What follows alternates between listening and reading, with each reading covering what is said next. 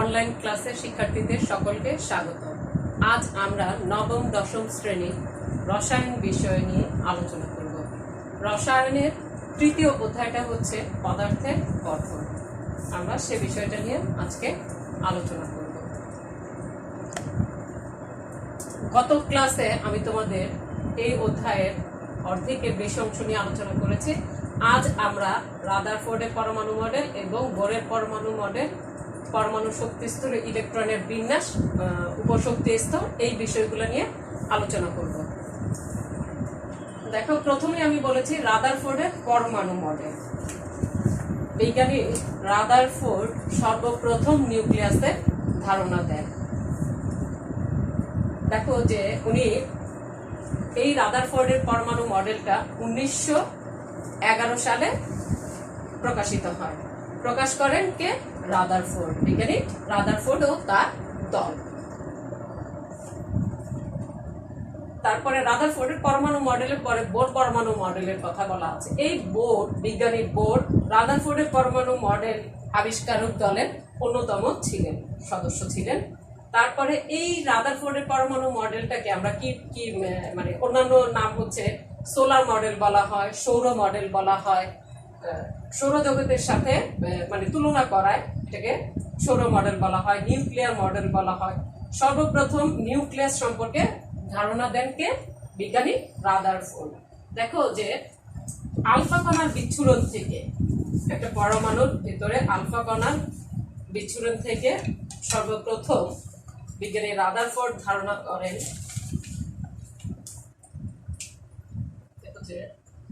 এটা যদি পরমাণু আমি দেখানোর চেষ্টা করি, ডিম্বাকার গোল দেখানোর চেষ্টা করি, এইখানে উনি আলফা কণার বিচ্ছুরণ করবেন মাঝখানে। আলফা কণা হচ্ছে হিলিয়াম পরমাণুটা, এটা আলফা কণা। এইটা যখন উনি এখানে, এটা চলে গেল বের হয়ে, যখন এখানে আসলো তখন যাচ্ছে না, যখন এদিকে আসলো এটা এদিক দিয়ে চলে গেল, এটা বেঁকে আবার ফেরত যাচ্ছে।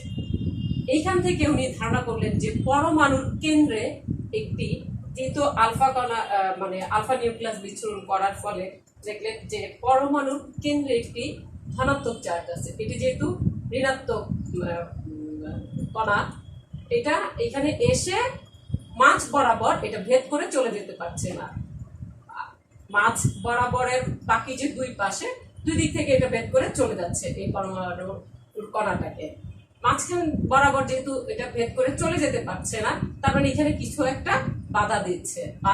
এটা যেহেতু নেগেটিভ, সেহেতু এর বিপরীত কিছু এটাকে না, এটা যেহেতু পজিটিভ ছিল, ভুল হচ্ছে, এটা যেহেতু পজিটিভ ছিল, এখানে ধনাত্মক আমরা কি জানি, ধনাত্মক পরস্পরকে বিকর্ষণ করে। এটা বিকর্ষণ করছে মাঝ বরাবর আসার ফলে, এটা বিকর্ষণ করার ফলে এটা মাঝ বরাবর ভেদ করে চলে যেতে পারছে না। আমরা কি জানি যে ঋণাত্মক এবং ধনাত্মক পরস্পরকে আকর্ষণ করে। যেহেতু এটা পজিটিভ ছিল, এটা পজিটিভ মাঝখানে, তাহলে পজিটিভ। এই যে ভিতরের যে এই মাঝের যে অংশটা, এইটাকে রাদারফোর্ড বলতেছেন যে পরমাণুর কেন্দ্র আছে, মানে পরমাণুর একটা কেন্দ্র দেখাইলেন যে পরমাণুর একটি কেন্দ্র আছে, যার নাম উনি দিলেন নিউক্লিয়াস। এই নিউক্লিয়াসে প্রোটন ও নিউট্রন এবং বাইরে ইলেকট্রন অবস্থান করে। বাইরের দিকে কি অবস্থান করে? ইলেকট্রন অবস্থান করে। আমরা যদি এইভাবে দেখাই যে, দেখো যে এই বাইরের দিকে আছে ইলেকট্রন, ভেতরে আছে, এইখানে আমরা এর আগেও দেখিয়েছি যে নিউট্রন এবং প্রোটন, নিউট্রন প্লাস প্রোটন, এটা হচ্ছে পরমাণু কেন্দ্রে থাকে, এবং পরমাণুর বাইরে থাকে কি? ইলেকট্রন। এই ইলেকট্রনে এক ধরনের বল কাজ করে। যেমন এটা চারদিকে ঘুরতেছে, এখানে যে ঘুরতেছে, এইটা কিন্তু দেখো যে এইটার কেন্দ্রমুখী একটা বল কাজ করতেছে। এই যে এটা চারদিকে ঘুরতেছে, এটা কিন্তু এখান থেকে বিচ্ছিন্ন হয়ে চলে যাওয়ার কথা, কিন্তু সেটা যাচ্ছে না কেন? এটা যেহেতু ঋণাত্মক, এর ভিতরের কেন্দ্রটা হচ্ছে ধনাত্মক, তাই এটাকে আকর্ষণ করার ফলে এক ধরনের ওইটার কেন্দ্রের দিকে একটা, এই ইলেকট্রনের কেন্দ্রের দিকে একটা আকর্ষণ বল কাজ করতেছে। এবং এর কি কাজ করতেছে দেখো, এখানে স্থির বৈদ্যুতিক আকর্ষণ বল কাজ করতেছে এবং এইটার বাইরের দিকেও একটি বল কাজ করতেছে। দেখো ভিতরের কেন্দ্রের দিকে একটা বল কাজ করতেছে এবং এটা বাইরের দিকেও কি করতেছে, আরেকটা বল কাজ করতেছে এবং এই দুইটা বলের মান সমান দেখে এরা কি ছিটকে পড়ছে না। ভিতরের দিকেও একটা বল কাজ করতেছে, এটার দিকে একটা বল কাজ করতেছে। এই দুইটার মধ্যে স্থির বৈদ্যুতিক আকর্ষণ বল এর জন্য এবং এটার বাইরের দিকে একটা কেন্দ্রাতিক বল কাজ করতেছে, বাইরের দিকে ছিটকে যাওয়া। দেখো এই দুইটা বলের মান কি হচ্ছে, সমান হচ্ছে, তাই ইলেকট্রনটা এখান থেকে সরে পড়ে যাচ্ছে না, এটার এই চারপাশে ঘুরতেছে। তারপরে দেখো যে উনি কি বলছেন যে এই যে নিউক্লিয়াস বলতেছে, পরমাণু কেন্দ্রে যে কেন্দ্রের একটা নাম দিলেন উনি নিউক্লিয়াস। এই নিউক্লিয়াস অত্যন্ত ক্ষুদ্র এবং পরমাণুর বেশিরভাগ ফাঁকা জায়গায়, মানে পরমাণুর বেশিরভাগ জায়গায় ফাঁকা এবং এই নিউক্লিয়াসের হতেছে অত্যন্ত ক্ষুদ্র। তারপরে উনি আরো একটা স্বীকার্য দিলেন যে আমরা এখন রাদারফোর্ডের পরমাণু মডেলের স্বীকার্য নিয়ে আলোচনা করতেছি। তাহলে তারপরে আরেকটা স্বীকার্য দিলেন যে উনি সৌরজগতে সূর্যকে কেন্দ্র করে, উনি কি দিলেন যে সৌরজগতে সূর্যকে কেন্দ্র করে, এই যে দেখো সূর্য আমরা জানি সূর্যকে কেন্দ্র করে পৃথিবী ঘোরে, এই সৌরজগতে সূর্যকে কেন্দ্র করে যে এই যে পৃথিবীর গ্রহগুলো ঘুরতেছে, ধরো এটা পৃথিবী, এই যে অন্যান্য গ্রহ, ধরো এটা মঙ্গল,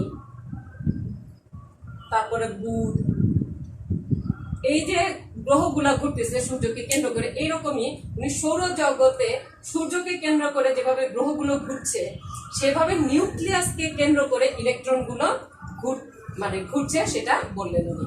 তারপর দেখো যে নেগেটিভ চার্জ বাহী ইলেকট্রন পজিটিভ চার্জ বাহী নিউক্লিয়াসের দিকে কি করবে, আকর্ষণ বল অনুভব করবে। আমি আগেই বললাম যে ভেতরের দিকে একটা কি কাজ করতেছে, স্থির বৈদ্যুতিক আকর্ষণ বল কাজ করতেছে। এই যে এই আকর্ষণ বল কেন্দ্রমুখী, এই আকর্ষণ বলটা কি কেন্দ্রমুখী, এর ফলে কি ইলেকট্রন নিউক্লিয়াসের চারপাশে ঘুরতেছে। এটা হচ্ছে রাদারফোর্ডের পরমাণু মডেলের স্বীকার্য। এখন রাদারফোর্ডের এই যে পরমাণু মডেল, উনি যে স্বীকার্যগুলা আবিষ্কার করে গবেষণা করে একটা তথ্য দিলেন, সেখানে আবার কিছু ত্রুটি দেখা দিল। সেটাকে বলতেছি আমরা কি, রাদারফোর্ডের পরমাণু মডেলের সীমাবদ্ধতা। আমরা এটা নিয়ে আলোচনা করে ফেলেছি, এখন এটা নিয়ে আলোচনা করব। রাদারফোর্ডের পরমাণু মডেলের কি সীমাবদ্ধতা, উনি যে তথ্যগুলা দিলেন, যে স্বীকার্যগুলা দিলেন, সেগুলো সবাই মেনে নিতে পারলো না, অন্যান্য বিজ্ঞানীরা ওনার সাথে একমত হতে পারলেন না। তখন দেখো যে সেই সীমাবদ্ধতা গুলো কি কি ছিল। এই যে এই মডেলটা কি বলতেছে, ইলেকট্রনের কক্ষপথের আকার সম্পর্কে, মানে এই যে কক্ষপথ বলতেছে যেখানে ইলেকট্রন গুলো ঘুরছে, সেই কক্ষপথের আকার সম্পর্কে কোনো ধারণা উনি দেননি। রাদারফোর্ড কি দিয়েছেন, নিউক্লিয়াসের ধারণাটা দিয়েছেন। এই নিউক্লিয়াসের পরমাণু কেন্দ্রের নিউক্লিয়াস থাকে, এই কথাটা রাদারফোর্ড বলে গিয়েছেন, এই নিউক্লিয়াসের ধারণাটা উনি দিয়ে গেছেন। কিন্তু এই যে ইলেকট্রন কক্ষপথের আকার, মানে ইলেকট্রন যে ঘুরতেছে যে কক্ষপথে, সেটা আকার সম্পর্কে কোনো ধারণা দেননি। তারপরে সৌরজগতের সূর্য ও গ্রহগুলো আধান বা চার্জ কোনোটাই নেই। এই যে পৃথিবী নিরপেক্ষ, মঙ্গল, বুধ যাই আছে সৌরজগতের, এই গ্রহগুলো হচ্ছে আধান বা চার্জহীন। কিন্তু এই যে ইলেকট্রন এবং নিউক্লিয়াসে কিন্তু চার্জ বা আধান আছে। আমরা গত ক্লাস দেখিয়েছি যে ইলেকট্রন এবং ইলেকট্রনের যে চার্জ আছে, এবং নিউক্লিয়াসে আছে কেন, নিউক্লিয়াস হচ্ছে প্রোটন প্লাস নিউট্রনের সমন্বয়ে গঠিত। প্রোটন পজিটিভ, নিউট্রন নিরপেক্ষ এবং চারপাশে যে ইলেকট্রন ঘুরতেছে সেটা হচ্ছে ঋণাত্মক আধান যুক্ত। এটা আমরা গত ক্লাসে দেখিয়েছি এদের আধানগুলা।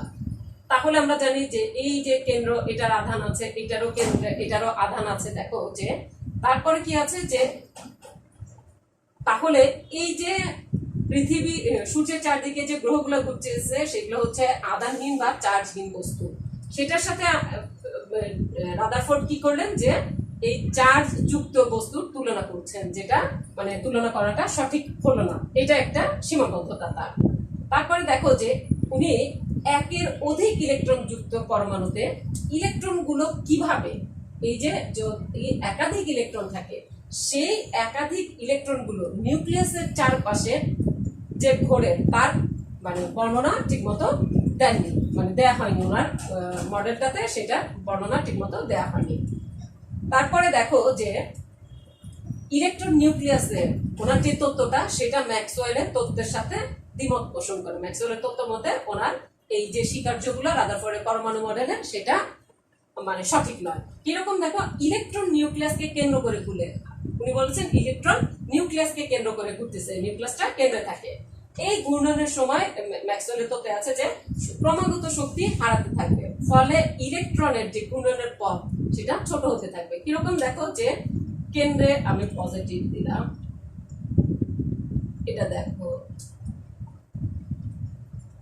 এখন এই যে ইলেকট্রন, এটা কি করছে, এটা যদি ক্রমাগত ঘুরতে থাকে, উনি বললেন যে ক্রমাগত ঘুরতেছে, ক্রমাগত ঘুরতে থাকলে ম্যাক্সওয়েলের তত্ত্ব মতে একটা চার্জ যুক্ত কণা যখন ক্রমাগত ঘুরতে থাকবে তখন সেটা শক্তি হারাতে থাকবে, ঘূর্ণন পথ ছোট হতে থাকবে। এইটা শক্তি হারাতে হারাতে একসময় দেখা যাবে যে এটা নিউক্লিয়াসের মধ্যে আইসা পতিত হয়েছে। তাহলে কি এই পরমাণুর কোনো অস্তিত্ব থাকে না বা স্থায়ী হয় না। তাহলে প্রকৃতিতে কিন্তু সেটা না, পরমাণুর স্থায়িত্ব আছে।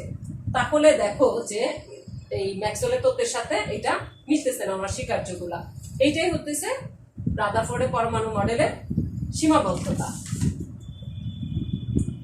আমরা এই দুইটা রাদারফোর্ডের পরমাণু মডেলের স্বীকার্য এবং সীমাবদ্ধতা নিয়ে আলোচনা করে ফেলেছি। এখন আসো আমরা বোর পরমাণু মডেল, তোমাদের বইয়ে বোর পরমাণু, রাদারফোর্ডের পরমাণু মডেল এবং বোর পরমাণু মডেল নিয়ে আলোচনা করেছে। দেখো যে এই যে নীল বোর, উনিও কি ছিলেন, রাদারফোর্ডের পরমাণু মডেল যখন গবেষণা করা হয়, আবিষ্কার করা হয়, সেখানে অন্যতম ওই দলের সদস্য ছিলেন রাদারফোর্ড এবং অন্যান্য বিজ্ঞানীরা মিলে, তখন উনি ওইখানের সদস্য ছিলেন।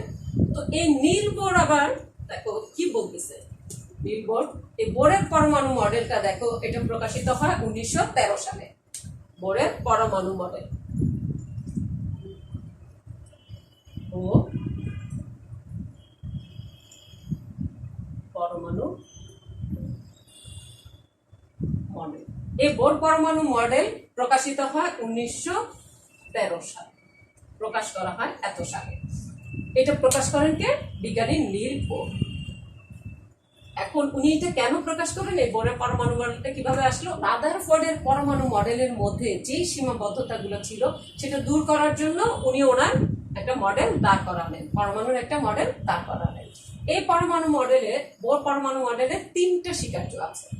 দেখো যে পরমাণুতে উনি কি বললেন যে এই স্বীকার্যগুলোর মধ্যে কি আছে, দেখো এখন স্বীকার্যটা নিয়ে আলোচনা করতেছি। পরমাণুতে যে সকল ইলেকট্রন থাকে সেগুলো নিউক্লিয়াসকে কেন্দ্র করে ইচ্ছা মতো ঘুরতে পারে না। উনি কি বলতেছেন, ইচ্ছে মতো ঘুরতে পারে না। উনি কিন্তু সর্বপ্রথম কক্ষপথের সেল, এটার ধারণা, শক্তি স্তরের ধারণা কে দেন, বিজ্ঞানী নীল বোর। পরমাণুতে যে সকল ইলেকট্রন থাকে সেগুলো নিউক্লিয়াসকে কেন্দ্র করে ইচ্ছা মতো ঘুরতে পারে না। শুধু নির্দিষ্ট কিছু ব্যাসার্ধের, যে নির্দিষ্ট কিছু ব্যাসার্ধের, ধরো এরকম নির্দিষ্ট কিছু ব্যাসার্ধের যেই কক্ষপথগুলা বা সেলগুলা বা অরবিট বলে, এই যে এটাকে কি বলে, সেল, অরবিট, অরবিট, তারপরে এটাকে বলে কক্ষপথ, কক্ষপথ, এই নামগুলো আছে যে নির্দিষ্ট কক্ষপথগুলোকে কি করে, যে নির্দিষ্ট ব্যাসার্ধের কক্ষপথে সেগুলা ঘোরে। এই ঘোরার সময় ইলেকট্রন গুলো কোনো প্রকার শক্তি গ্রহণ বা বর্জন করবে না। উনি কি বলতেছেন যে এই যে ইলেকট্রন গুলো এই কক্ষপথে ঘুরতেছে, এই কক্ষপথে কোনো ইলেকট্রন গ্রহণ বা বর্জন করবে না। এখন বোর পরমাণু মডেল অনুযায়ী কৌণিক ভরবেগের একটা সূত্র আমরা পাই, mvr = nh/2π, mvr = nh/2π, এই একটা কৌণিক ভরবেগের সূত্র পাই। এটা কি, কৌণিক ভরবেগ।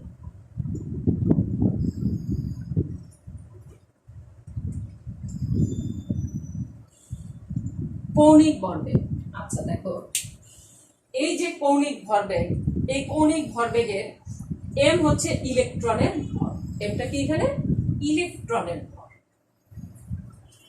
এটা দেখো m = হচ্ছে ইলেকট্রনের ভর। ভি হচ্ছে ইলেকট্রন যেই কক্ষপথে ঘুরছে, ইলেকট্রন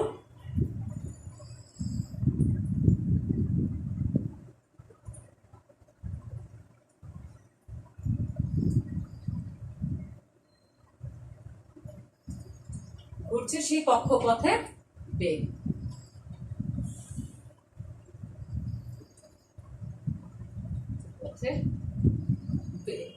দেখো আর হচ্ছে ইলেকট্রনের কক্ষপথের মানে ব্যাসার্ধ, ইলেকট্রন যে কক্ষপথে ঘুরে তার ব্যাসার্ধ।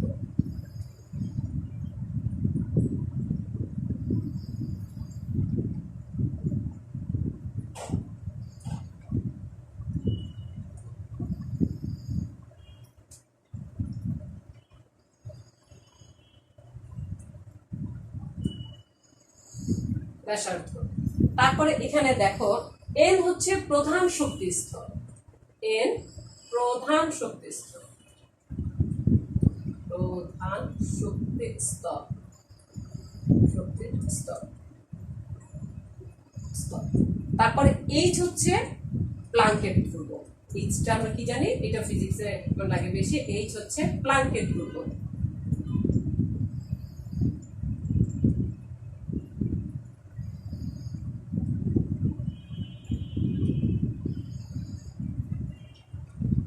প্লাঙ্কের ধ্রুবক এই যে কৌণিক ভরবেগের একটা সূত্র বোরের পরমাণু মডেলের দ্বিতীয় স্বীকার্যের মধ্যে আছে। এখন দেখো যে এখানে যে শক্তি স্তরে এন এর মান, যে শক্তি স্তরে প্রধান শক্তি স্তর হচ্ছে এন, শক্তি স্তর এন, এখানে যে শক্তি স্তরে এন এর মান কম সেই শক্তি স্তরে মানে যে শক্তি স্তর নিম্ন শক্তি স্তর সেখানে এন এর মান কি হবে, কম হবে, এবং যে শক্তি স্তরে এন এর মান বেশি সেটা হচ্ছে উচ্চ শক্তি স্তর। এই এতটুকু ধারণা আমরা এখন নিয়ে রাখি। এরপর আমরা যখন এই যে উপশক্তি স্তর, পরমাণু শক্তি স্তরের ইলেকট্রন, ওইখানে শক্তি স্তরগুলো নিয়ে আমরা একটু আলোচনা করব। এই বোরের পরমাণু মডেলের দ্বিতীয় স্বীকার্য থেকে একটুকি আমরা ধারণা নিয়ে রাখি। এরপর দেখো যে উনি তৃতীয় আরেকটা স্বীকার্য দিলেন। তৃতীয় স্বীকার্য হচ্ছে একটা সূত্র হচ্ছে H nu, H nu equal to H C by lambda. এই ল্যামডা নিউ ল্যামডা এগুলির মান থাকে। এইচ হচ্ছে শোষিত বা বিকিরিত কম্পাঙ্ক। এই এইচটা কি, শোষিত বা বিকিরিত শক্তির কম্পাঙ্ক। দেখো এইচ ইকুয়াল টু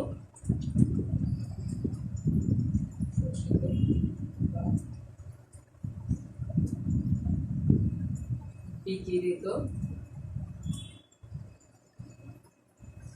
শক্তির কম্পাঙ্ক। এই কম্পাঙ্ক শব্দটাও এটা ফিজিক্সের মধ্যে আছে। তারপরে দেখো যে ল্যামডা হচ্ছে তরঙ্গ দৈর্ঘ্য। এই যে ল্যামডা হচ্ছে তরঙ্গ দৈর্ঘ্য, এটাও তোমরা ফিজিক্স থেকে জানতে পারো। তরঙ্গ দৈর্ঘ্য। তারপরে দেখো সি বলা হয়েছে, এই যে সি, সি হচ্ছে আলোর বেগ, আলোর বেগ।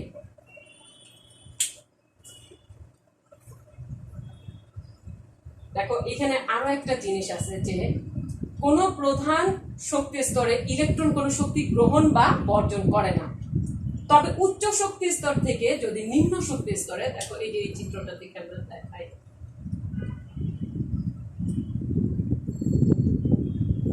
উচ্চ শক্তি স্তর থেকে যখন নিম্ন শক্তি স্তর এবং নিম্ন শক্তি স্তর থেকে যখন উচ্চ শক্তি স্তরে প্রবেশ করে তখন শক্তি গ্রহণ বা বর্জন হতে পারে। যেমন নিম্ন শক্তি স্তর থেকে যখন উচ্চ শক্তি স্তরে প্রবেশ করবে তখন কি করবে, ইলেকট্রন শক্তি গ্রহণ করবে, আর যখন উচ্চ শক্তি স্তর থেকে নিম্ন শক্তি স্তরে ইলেকট্রন প্রবেশ করবে তখন শক্তি বর্জন করবে। এই যে ইলেকট্রন শক্তি স্তর পরিবর্তন করার সময় এই যে পরিবর্তন, এখানে সি কেন আলোর বেগটা আসলো, দেখো যে এই যে এখান থেকে উচ্চ থেকে নিম্নতে আসলে শক্তি সে বর্জন করবে এবং নিম্ন থেকে উচ্চতে গেলে শক্তি গ্রহণ করবে। এই যে শক্তির পরিবর্তন, এই পরিবর্তনের সময় মানে পরিবর্তন করার সময় একটা আলোর বিকিরণ হয়, তখন কি হয় সেটা মানে প্রিজমের মধ্যে নিয়ে গেলে সেটা পারমাণবিক বর্ণালীর সৃষ্টি করে। কি করে, পারমাণবিক বর্ণালীর সৃষ্টি করে। এইখান থেকে আমরা বর্ণালীর ধারণা পাই। আমরা বর্ণালীর একটা ধারণা পাই। কোথেকে পাই? বোর পরমাণু মডেলের তৃতীয় স্বীকার্য থেকে আমরা পরমাণুর বর্ণালীর একটা ধারণা পাই। আচ্ছা, এখন স্বীকার্যগুলো আলোচনা হলে এবার দেখো সীমাবদ্ধতা। এই যে এত কিছু করার ফলেও এই বোরের পরমাণু মডেলেও একটা সীমাবদ্ধতা, মানে কয়েকটা সীমাবদ্ধতা দেখা দিয়েছে।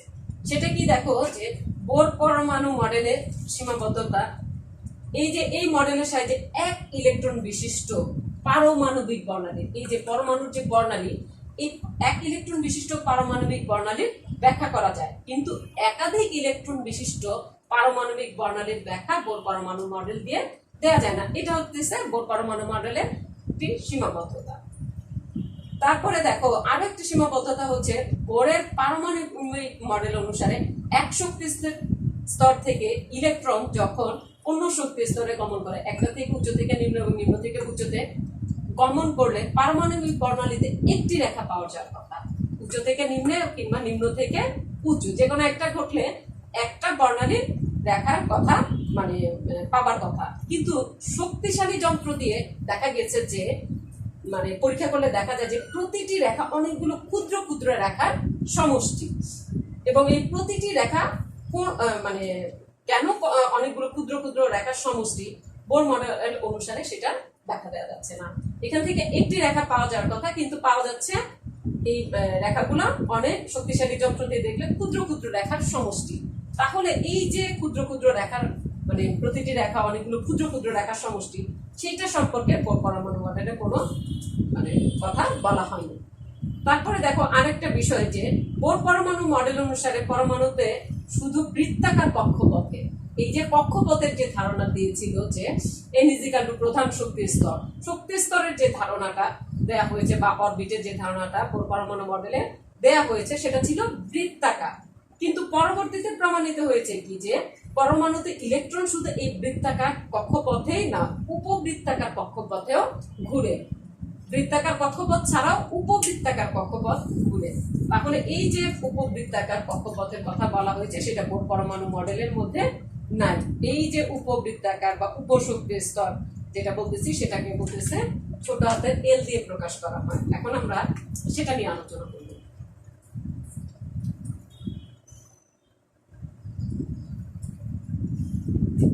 এখন বোর পরমাণু মডেলের সীমাবদ্ধতাও শেষ। এখন পরমাণু শক্তি স্তরে ইলেকট্রন বিন্যাস, পরমাণুর যে শক্তি স্তর আমরা যে বললাম শক্তি স্তর সেল বা অরবিট যেটা বললাম, সেই সেলের ধারণাটা আমরা পেয়েছি বোর পরমাণু মডেল অনুযায়ী। তখন তিনি যে শক্তি স্তর বা সেল সমূহকে সেটা কি কি নামে দেখো, K L M L K L L M N O P Q.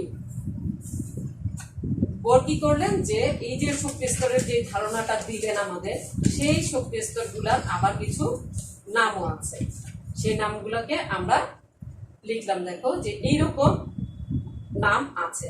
এখন এইখানে কে সেল এম সেল, দেখো এই যে এটা যদি ধনাত্মক হয় এটা হচ্ছে কে এল এম, তারপর একটা এল, এই যে এল, এটা কি, এটা হচ্ছে কে সেল, এটা এল, এটা এল, এটা এল। এই যে এই শক্তি স্তরগুলা কি করলেন উনি নাম দিলেন। এই শক্তি স্তরগুলা বা এটাকে কি বলতেছি আমরা শক্তি স্তর, অরবিট, সেল, কক্ষপথ, এগুলোর নাম কি শক্তি স্তর, সেল, ধরো এটা হচ্ছে অরবিট, কয়েকটা নাম অরবিট, সেল, কক্ষপথ, তারপরে বলতেছি আবার শক্তি স্তর। এই যে এই চারটা নামে এগুলাকে আখ্যায়িত করতেছি। এই যে ঘরগুলো দেখতে, এই যে গোলগুলা দেখতে পাচ্ছ, এইগুলার নাম আমরা কি দিচ্ছি, এই যে এইগুলার নাম আমরা দিচ্ছি হচ্ছে এই চারটা নামই হচ্ছে এই কক্ষপথগুলা। এখন দেখো যে এই যে কক্ষপথ আমরা বলতেছি, এই কক্ষপথে একটা ইলেকট্রনের ধারণ ক্ষমতা আছে। এখানে আমরা কি করতেছি যে কক্ষপথের নির্দিষ্ট মানে এন সংখ্যক মানে নির্দিষ্ট এন রয়েছে, যে এনটা আমরা দেখো যে এখানে একটা সূত্র আছে 2n²। কি আছে? 2n²। 2n²। এই সূত্র দিয়ে আমরা ইলেকট্রনগুলা এই কক্ষপথে প্রবেশ করাই। যেমন দেখো কে এর জন্য যখন কে ইজিক্যাল টু এই কে হচ্ছে কে ইজিক্যাল টু কে তে, দেখো আমি দেখাই যে কে তে কয়টি ইলেকট্রন থাকতে পারবে, কে সেলে কয়টি ইলেকট্রন থাকতে পারবে। এখানে টুয়াইস এন যদি অ্যাপ্লাই করি, কে এর জন্য এন এর মান 1, 2 × 1² = 2। কে সেলে কয়টি থাকতে পারবে? 2টি ইলেকট্রন। এল সেলে কয়টি থাকতে পারবে? দেখো 2n²। এখানে এন এর মান 2, 2 × 2² = হচ্ছে 2, 2² 4, 8। তারপরে দেখো কে এল এম, এম এর জন্য হচ্ছে 2n² = 2 × এখানে n হচ্ছে 3। এগুলো হচ্ছে n এর মান। n কি আমরা আগেই বলেছিলাম যে শক্তির স্তর। এখানে এই সেলগুলোর জন্য n এর একটা মান লাগবে। n হচ্ছে এখানে শক্তির স্তর বা প্রধান কোয়ান্টাম সংখ্যা। প্রধান কোয়ান্টাম সংখ্যা। কোয়ান্টাম সংখ্যা আবার 4 ধরনের। পারমাণবিক বর্ণালী থেকে এসেছে কোয়ান্টাম সংখ্যা 4 ধরনের। তোমাদের এখানে এটা এতটা লাগবে না, তাই ওটা নিয়ে আমি আলোচনা করছি না। দেখো এই যে 18, তারপর কে এল এম, এন এর জন্য হচ্ছে 2n²। এখানে 2 × 4², এন এর মান 4। এখানে আসবে 32। তাহলে দেখো যে এই কে সেলে থাকতে পারবে 2টি, এল এ থাকতে পারবে 8টি, এম এ থাকতে পারবে 18টি এবং এন এ থাকতে পারবে 32টি। আমরা এই সূত্র দিয়ে বের করতে পারবো যে কোন কক্ষপথে কতটি ইলেকট্রন থাকতে পারবে। আমাদের প্রধান কোয়ান্টাম সংখ্যা হচ্ছে n। আচ্ছা, তারপরে আমরা এখান থেকে পেয়ে গেলাম যে পরমাণু শক্তি স্তরের ইলেকট্রন বিন্যাসটা আমরা এখানে দেখে ফেললাম যে এই যে কতগুলো শক্তি স্তর আছে K L M N O P Q, এগুলোতে কিভাবে ইলেকট্রনটা বিন্যস্ত হবে সেটা এই 2n² সূত্র দ্বারা মানে আমরা বের করতে পারি। এরপর আসে দেখে যে উপশক্তি স্তরের ধারণা। আমরা এটা করে ফেলেছি। এখন আসবে উপশক্তি স্তরের ধারণা। উপশক্তি স্তরটা কি? বোর পরমাণু মডেল অনুযায়ী হচ্ছে ইলেকট্রনগুলো মূল কক্ষপথকে ছাড়াও তাদের কেন্দ্র করে থাকা কিছু উপবৃত্তাকার পথেও ঘোরে। বোরের মডেলে আমরা দেখেছি যে কি বৃত্তাকার পথে ঘুরে। এখন সেই কক্ষপথকে ছাড়াও কেন্দ্র করে থাকা কিছু উপবৃত্তাকার কক্ষপথেও কি পরমাণুগুলা ঘুরে। এই যে উপবৃত্তাকার কক্ষপথ, এই উপবৃত্তাকার কক্ষপথটাকে আমরা কি বলবো? উপশক্তি স্তর। এই উপশক্তি স্তর সমূহকে আমরা আবার কয়েকটি ভাগে ভাগ করতে পারি। এই উপশক্তি স্তরটাকে আমরা কি বলতে পারি? উপশক্তি স্তরটাকে আমরা বলতে পারি এ। প্রধান শক্তি স্তর হচ্ছে প্রধান শক্তি স্তর এন। উপশক্তি স্তরকে আমরা ছোট হাতে এল দিয়ে প্রকাশ করি। এখন দেখো যে আমরা যে কোয়ান্টাম সংখ্যার কথা বলা হয়েছে SPDF, এরকম কতগুলা আসে। তো আমরা ওইভাবে না যে দেখো যে এই যে উপশক্তি স্তর বলতেছি, এই উপশক্তি স্তরের মান কিভাবে আসবে এবং এই যে প্রধান কোয়ান্টাম সংখ্যা এবং উপশক্তি স্তরটা কিভাবে সম্পর্কিত আমি এখানে একটু দেখানোর চেষ্টা করি।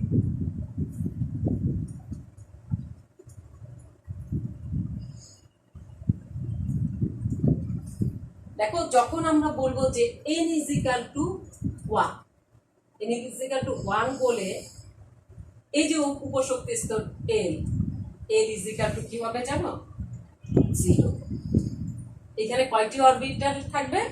অরবিটাল হচ্ছে দেখো অরবিট হচ্ছে শক্তির যে স্তরটাকে অরবিট বলছি।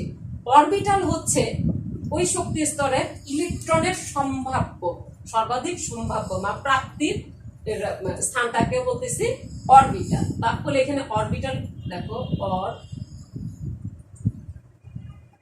অরবিটাল, অরবিটাল হবে একটি হলে হবে অরবিটাল একটি, সেটা হচ্ছে 1s, একটি অরবিটাল। তারপরে n = যখন আমি 2 বলবো, 2 হলে n = দেখো 0 থেকে শুরু হইলে 0 1, এখানে অরবিটাল হবে 2 3, দুইটা কিরকম দেখো 2s 2p। তারপরে n = যখন আমি 3 হলে কি হবে, n = দেখো 0 1 2, তিনটা। আচ্ছা দেখো এখানে হচ্ছে অরবিটাল কয়টি হবে, তিনটি, এখানে 3s 3p 3d। আমি যখন n = 4 বলে তখন l = হবে দেখো 0 1 2 3, এখানে অরবিটাল কয়টি হবে, চারটি। চারটি কিরকম 4s 4p 4d 4d 4f 4f। এখন দেখো যে মানে n = যখন 5, এখানেও অরবিটাল থাকবে। n = যদি আমি 5 লিখি, n = 5 তখন হলে n = 0 1 2 3 4, এখানেও কি করবে, অরবিটাল থাকবে। অরবিটাল থাকবে 5টি। কয়টি থাকবে, এখানে অরবিটাল থাকবে 5টি। কিন্তু এই যে 4s 4p 4d 4f, এই প্রথম চারটি অরবিটালে সবগুলি ইলেকট্রন বিন্যাস করা সম্ভব বলে 4s 4p 4d 4f, তখন এই মানে এইটা দিয়ে সবগুলো ইলেকট্রনের বিন্যাস করা সম্ভব বলে পরবর্তীতে মানে পরবর্তী অরবিটালের জন্য মানে আর যাওয়ার প্রয়োজন হবে না। যেমন 5s 5p 5d তারপরে 5f, এরকম মানে আর যাওয়ার আমাদের এখন প্রয়োজন হচ্ছে না। n = 6 7, এটার জন্য এটা কি সত্য। আমি যদি n = 6 7 এরকম ধারণা দেই তাহলেও সত্যি। দেখো যে আমি এখানে একটি উদাহরণ তোমাদের বই থেকে দেওয়ার চেষ্টা করি। দেখো এইখানে তোমাদের বইয়ের মধ্যে একটা চার্ট দেয়া আছে। দেখো শক্তি স্তর n, শক্তির অনুযায়ী উপস্তরে n এর মান এখানে সব দেয়া আছে যে কেমন। আমি যেটা এখানে লিখে দেখিয়েছি অনুযায়ী অরবিটালের নাম, s অরবিটালে কয়টি, এই যে দেখো s p d f, এই যে অরবিটাল এবং অরবিটালের প্রতীক এই যে 1s 2s 2p এরকম দেখাইছে, এবং অরবিটালের মোট ইলেকট্রনের সংখ্যা, অরবিটালের মোট ইলেকট্রনের সংখ্যাও তুমি এখানে দেখতে পাচ্ছ। এখানে দেখো তারপরে শক্তি স্তরের মোট ইলেকট্রনের সংখ্যা 2n²। আমি তোমাদের দেখিয়েছিলাম যে এই 2n² কিভাবে আসে, এবং প্রথম কক্ষপথে 2টি, তারপরটা 8টি, তারপরটি 18টি, তারপরেরটা হচ্ছে 32টি k l m n। আমি ওখানে তোমাদের দেখিয়েছিলাম যে এই প্রধান শক্তি স্তর মানে k l m n এরকম 4টা পর্যন্ত আমি দেখিয়েছিলাম যে 32টা মোট 32টা ইলেকট্রন থাকতে পারে। তোমরা বই থেকে এই চার্টটা দেখে নিবা। এরপর আসো পরমাণুতে ইলেকট্রন বিন্যাসের একটা নীতি। এটা তো আমরা প্রধান শক্তি স্তর, উপশক্তি স্তর এবং অরবিটাল মানে কতগুলো ইলেকট্রন কোথায় পাওয়া যাবে, সর্বমোট মানে কোন কক্ষপথে কতগুলো ইলেকট্রন থাকবে সেই ধারণাটার একটা প্রাথমিক মানে সেটার একটা প্রাথমিক ধারণা দিলাম। এখন পরমাণুতে ইলেকট্রন বিন্যাসের একটা নীতি দেখাই আমি। কিরকম দেখো, এটা মুছতেছি না, এইখানে এটা শেষ আমাদের। এখন পরমাণুতে ইলেকট্রন বিন্যাসের নীতি, এটা নিয়ে আমরা এখন আলোচনা করব। পরমাণুতে ইলেকট্রন প্রথমে কি করবে, সর্বনিম্ন শক্তি স্তরে প্রবেশ করবে এবং পরে ক্রমান্বয়ে উচ্চ শক্তির অরবিটালে প্রবেশ করবে। এটার জন্য তোমাদের একটা জিনিস আমি একটা চার্ট তোমাদের বইয়ের মধ্যে আছে, আমিও দেখানোর চেষ্টা করি। দেখো যে একটু মুছে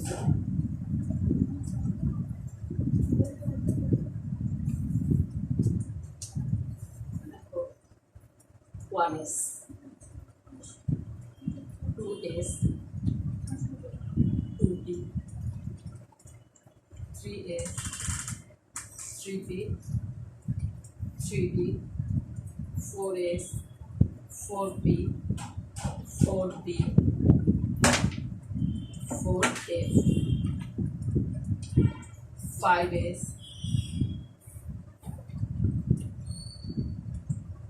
5p, 5d,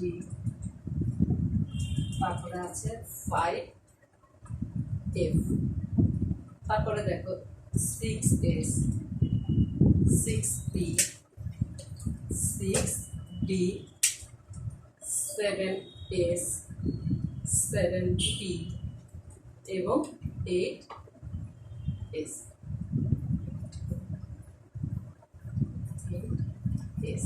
এখন দেখো যে এই এস এর দুইটা ইলেকট্রন থাকতে পারে, সব জায়গায় দুইটা ইলেকট্রন।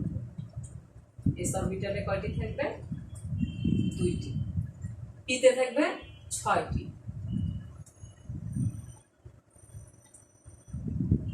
ডিতে থাকবে সর্বোচ্চ থাকতে পারে 10টি।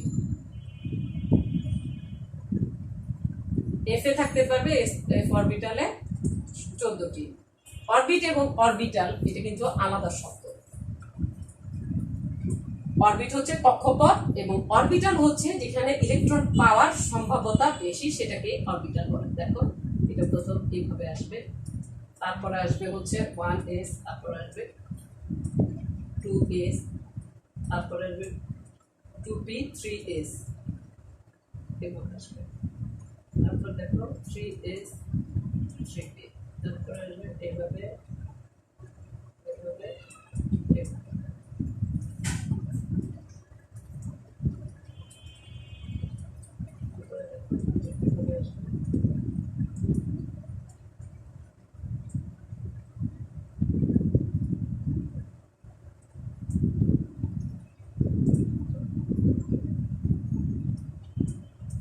দেখো এইভাবে আসবে।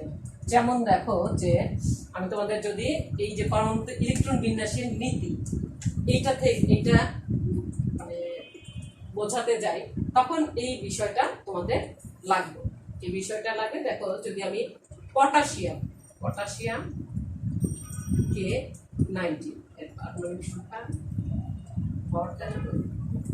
দেখো এটা আসে কত? তোমরা এইগুলা এই যে এই পারমাণবিক সংখ্যাগুলা থেকে তোমরা যে চার্টগুলো আমাদের বইয়ের মধ্যে দেয়া আছে সেখান থেকে 1 থেকে 30 পর্যন্ত তোমরা কি করবা?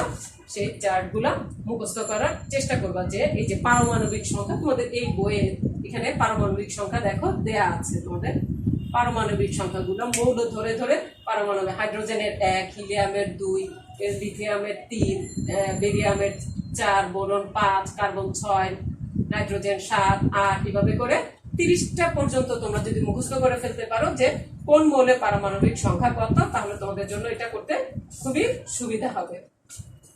দেখো এখান থেকে এটাকে যদি আমরা ইলেকট্রন বিন্যাস করার চেষ্টা করি, 1s, 2s, দেখো তারপর 2s, 2, 2p, 6, তারপরে আসে 2p এর পরে 3s, তারপরে 3s, তারপরে আসে দেখো যে 3s, 3p, এটা দুইটা, এটা 6টা। তারপর আসবে আমাদের 3d এবং একটু বড় করে যদি দেখাই, এখানে একটা বিষয় তোমাদের আলোচনা করার আছে, একটু বড় করে দেখানোর চেষ্টা করি।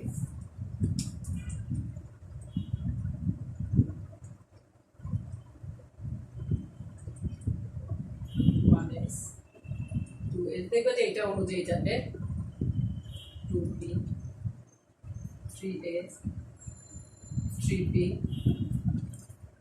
3s, 3s, 3p, 4s, আমাদের 3p এর পরে আসে কত? 3d আছে আমাদের। আচ্ছা, তারপর আসে 4s।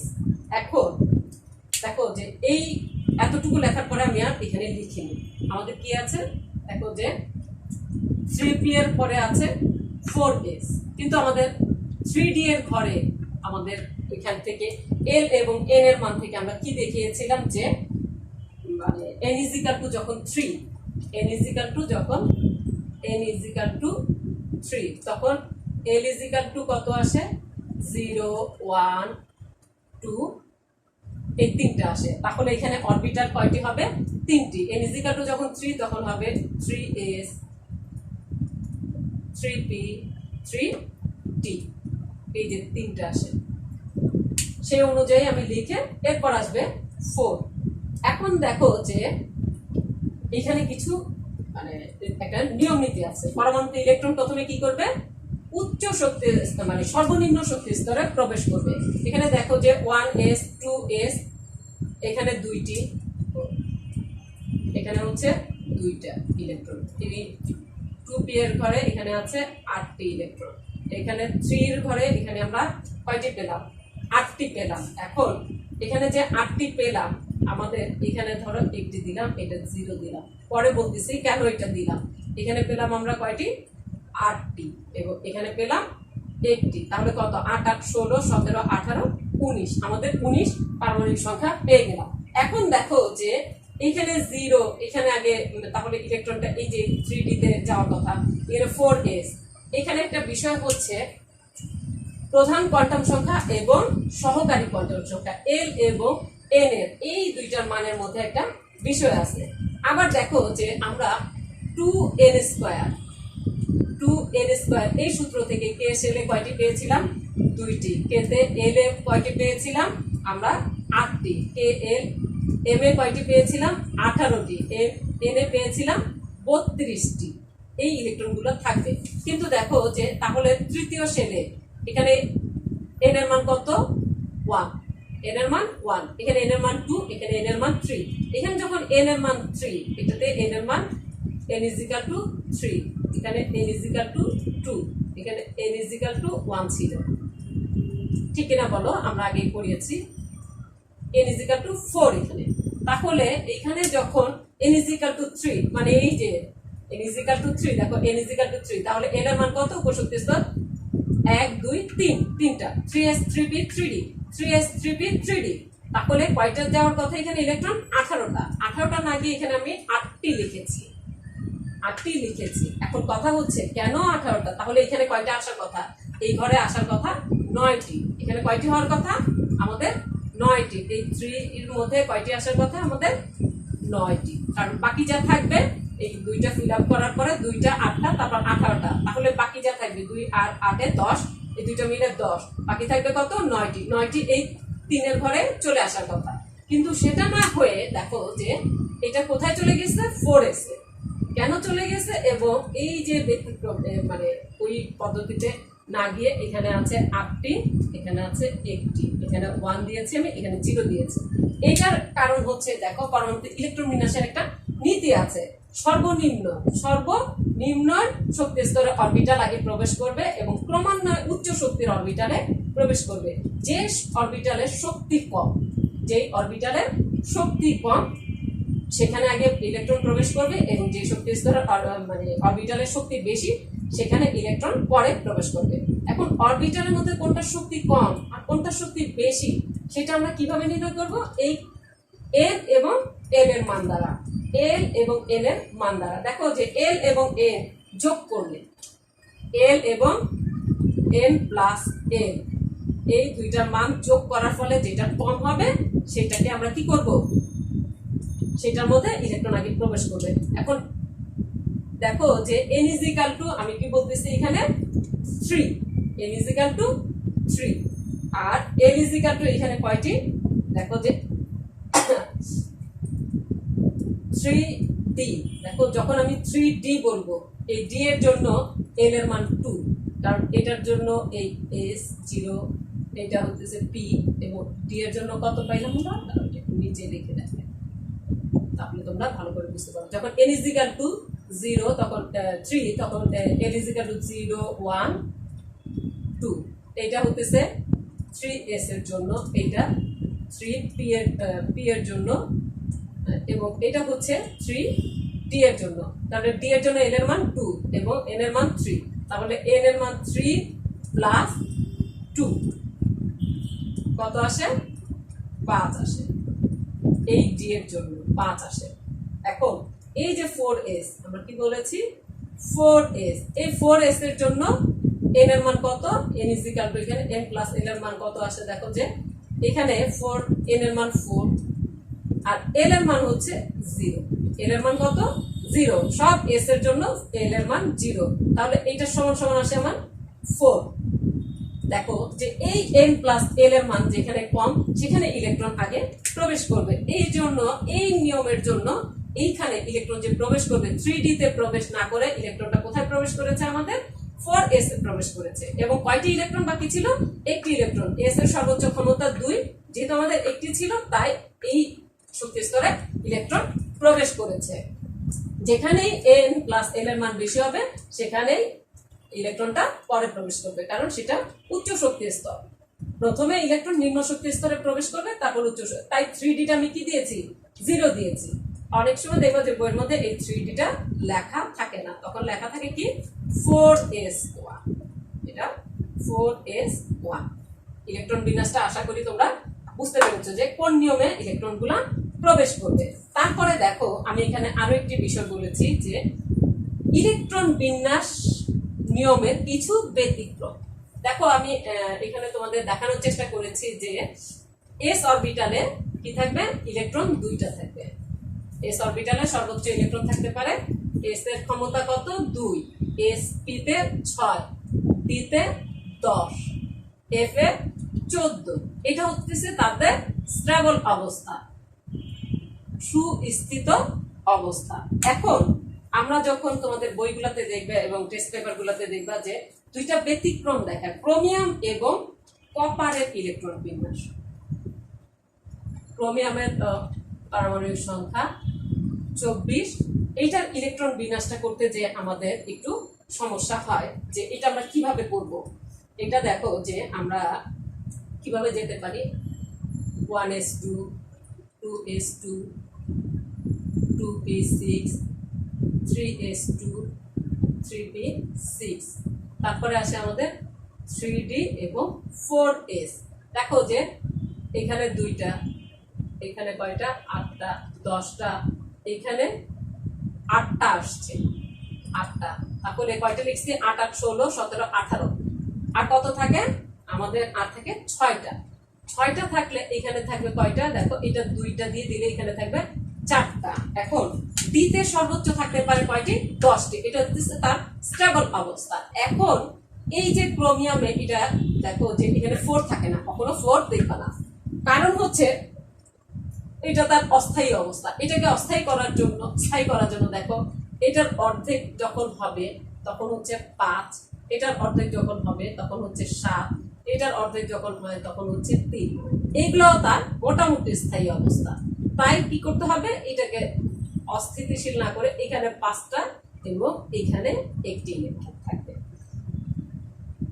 তারপরে এটাকে বলতেছি আমরা, দেখো যে হাফ ফিল অবস্থা। এটাকে আমরা কি বলতেছি, ডি এর হাফ ফিল অবস্থা। এই যে এই ডি এর এটাকে আমরা কি বলতেছি, দেখো n-1 into D, n-1 into D 5 ns1, n-1, এখানে এটা 4, এটা 3, এটা বোঝাচ্ছে এই যে এটা হচ্ছে হাফ ফিল অবস্থা। তোমাদের এমসিকিউ গুলাতে আসে, এটাকে বলে হাফ ফিল অবস্থা, হাফ ফিল, অর্ধপূর্ণ। তারপরে দেখো যে এখন কপারের ক্ষেত্রেও আরেকটা ব্যতিক্রম দেখবা যে কপারের ক্ষেত্রে কিভাবে ব্যতিক্রম হয়। কপারেরটা দেখো যে কপারের হচ্ছে 29 পারমাণবিক সংখ্যা। তাহলে এটা আমরা লিখতে পারি 1s2, 2s2, 2p6, 3s2, 3p6, 3d এবং 4s। এই যে এখানে আমরা এসে থেমে গিয়েছি। এখানে এসে কেন থেমে গিয়েছি, দেখো এখানে এসে থেমে যাওয়ার কারণ হচ্ছে এখানে 2টি, এখানে 8টি, কি বলেছি এখানে 2টি, এখানে 8টি, এখানে কয়টি এবং এখানে কয়টি। এখানে আমরা জানি যে 2টি, সর্বোচ্চ 2টি। এখানে হচ্ছে দেখো 2, 2, 4, 6, 10, 11, 12, এটা 18 পর্যন্ত গেছে। তারপরে থাকে কত, 11টা। এখানে আমরা একটি দিই এবং এখানে 10টি দিই। তাহলে এইখানে যদি দেখো যে যদি 4s আগে পূর্ণ করা যায় তাহলে 2টা, এখানে থাকবে 9টা। এইটা কিন্তু স্থিতিশীল অবস্থা না, দিয়ে এটা স্থিতিশীল অবস্থা না। আমাদের নিয়ম অনুযায়ী ছিল কি আগে নিম্ন শক্তি স্তর পূরণ করবে তারপর উচ্চ শক্তি স্তর, কিন্তু এখানে ডি এর ক্ষেত্রে এটা স্থিতিশীল অবস্থা না, তাই এখানে আবার কিছু ব্যতিক্রম। এই যে ক্রোমিয়াম এবং কপারের এই যে ইলেকট্রন বিন্যাসে একটা ব্যতিক্রম দেখা যায়, তখন আমরা কি করি এইখানে এই ডিটাকে ফুলফিল করি, ডিটাকে 10টা দিয়ে এখানে একটি থাকে বাকি, সে একটি দিয়ে পূরণ করি। এখানে দেখো n-1 d10 ns1, এটাকে বলে হাফ ফুলফিল অবস্থা। এটাকে কি বলে? ফুলফিল অবস্থা এটাকে বলে। অরবিটালের এই যে ফুলফিল অবস্থা, এই দুইটা আমাদের কি আছে ইলেকট্রন বিন্যাসের কিছু মানে ব্যতিক্রমের মধ্যে পড়ে এই ক্রোমিয়াম এবং কপারটা। তোমরা এটা যত প্র্যাকটিস করবা তত তোমাদের জন্য সুবিধা হবে। এবং আমরা যে ঘরটা এঁকেছিলাম সেই ঘরটা থেকে আমরা দেখো যে তোমরা ঘরটা থেকে মুখস্থ করতে পারো, কিংবা দেখো তোমাদের বইয়ের মধ্যেও দেয়া আছে, আর লিখতে লিখতে এটা আসলে তোমাদের মুখস্থ হয়ে যায়। 1s2 2s2 2p6, তারপরে আসে 3s2 3p6, তারপরে আসে যে আমাদের 3p6 এর পর ওইখানে ছিল আমাদের ওই অ্যারো দিয়ে আমাদের 4s2, তারপরে 3d10, তারপরে আসে আমাদের 3d10 এর পরে 4 এর s গেছে p যাবে, তারপরে দেখো 5s2, তোমাদের বইয়ের মধ্যে ওইটা আছে আমাদের 5s2, তারপরে 4d10, তারপরে 5p6, তারপরে আসে 6s2, 4a14, তারপরে আসে 5d10, 6p6, 7s2, 5a14, 6d10, 7p6 এবং 8s2। এইটা তোমরা যদি মুখস্থ করে ফেলো, কিংবা ওই যে তীরটা দিয়ে, এটা আসলে যত প্র্যাকটিস করবা পারমাণবিক সংখ্যা অনুযায়ী তোমরা অবশ্যই তোমাদের এই অধ্যায়ের জন্য 1 থেকে 30 পর্যন্ত মৌলের পারমাণবিক সংখ্যাগুলো মুখস্থ করে ফেলবা। সেইগুলোর ইলেকট্রন বিন্যাস এত বেশি প্র্যাকটিস করবা যাতে করে তোমাদের এগুলো ভুল না হয়। যত বারে বারে প্র্যাকটিস করবা তত তোমাদের ভুল কম হবে। আশা করি শিক্ষার্থীরা তোমরা অধ্যায়টা খুব ভালোভাবে বুঝতে পেরেছো। গত ক্লাস এবং এই ক্লাস মিলিয়ে তোমাদেরকে এই তোমাদের বইয়ে যে টপিকসগুলো নিয়ে আলোচনা করা হয়েছে মোটামুটি আমি বোঝানোর চেষ্টা করেছি। সকলকে ধন্যবাদ।